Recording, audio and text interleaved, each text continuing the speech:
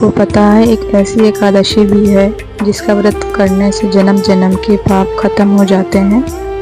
एक राजा, एक निरर्थक और एक ऐसा श्राप जिसने एक इंसान को भयानक राक्षस बना दिया। लेकिन फिर आई एकादशी जिसने सब कुछ बदल दिया। आज मैं आपको सुनाने जा रही हूँ कामदा एकादशी की सच्ची और चमत्कारी कथा।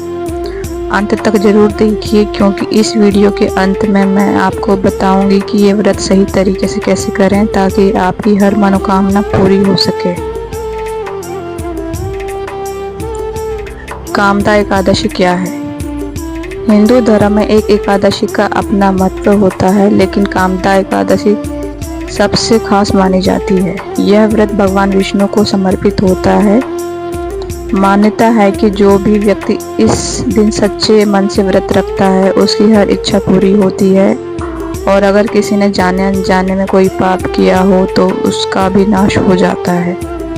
इस एकादशी का नाम ही है कामदा, मतलब कामनाओं को पूरा करने वाली। लेकिन इसकी असली शक्ति आपको तब समझ आएगी जब आप इसकी कथा सुनेंगे।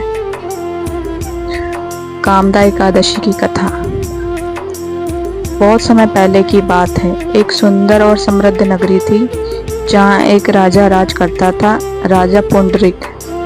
उसके राज्य में गंधर्व और अप्सराएं रहती थी। उन्हीं में एक गंधर्व था ललित और उसकी पत्नी थी ललिता। दोनों एक दूसरे से बहुत प्रेम करते थे। एक दिन राजा के दरबार में नृत्य हो रहा था। ललित गा रहा था, लेकिन उसका मन अपनी पत्नी ललिता में ही लगा था और इसी कारण उसकी लय बिगड़ गई।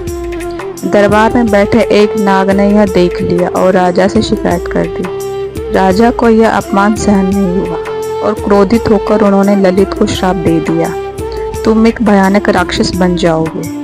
और देखते ही देखते ललित एक भयानक राक्षस बन गया। ललिता यह देखकर टूट गई। वह अपने पति को इस हालत में नहीं देख पाई। वह जंगल जंगल भटकती रही, कोई उपाय खोजती रही। एक दिन उसे एक महान ऋषि मिले, श्रृंगी ऋषि। ललिता ने रोते हुए अपनी पूरी कहानी सुनाई। ऋषि ने कहा, तुम कामदा एकादशी का व्रत रखो और उसका पुण्य अपने पति को अर्पित कर दो। ललिता ने पूरी श्रद्धा से व्रत किया, पूजा की और अंत में कहा, हे भगवान, इस व्रत का फल मेरे पति को मिले। और तभी एक चमत्कार हुआ। ललित का राक्षस रूप समाप्त हो गया और वह फिर से सुंदर गंधर्व बन गया। देखा आपने, सच्ची भक्ति और एकादशी का व्रत किस तरह एक श्राप को भी खत्म कर सकता है। अगर आप भी कामदा एकादशी का पूरा फल पाना चाहते हैं तो यह विधि जरूर अपनाएं। सुबह जल्दी उठें, स्नान करें, घर में दीपक जलाएं, भगवान विष्णु की पूजा करें, व्रत रखें, फलाहार कर सकते हैं, रात में भजन कथा सुने और सबसे जरूरी सच्चे मन से प्रार्थना करें। अगर आप भी चाहते हैं आपकी हर मनोकामना पूरी हो तो कमेंट में जरूर लिखें जय विष्णु भगवान, और इस वीडियो को शेयर करें ताकि और लोगों को भी इस व्रत का लाभ ले सकें।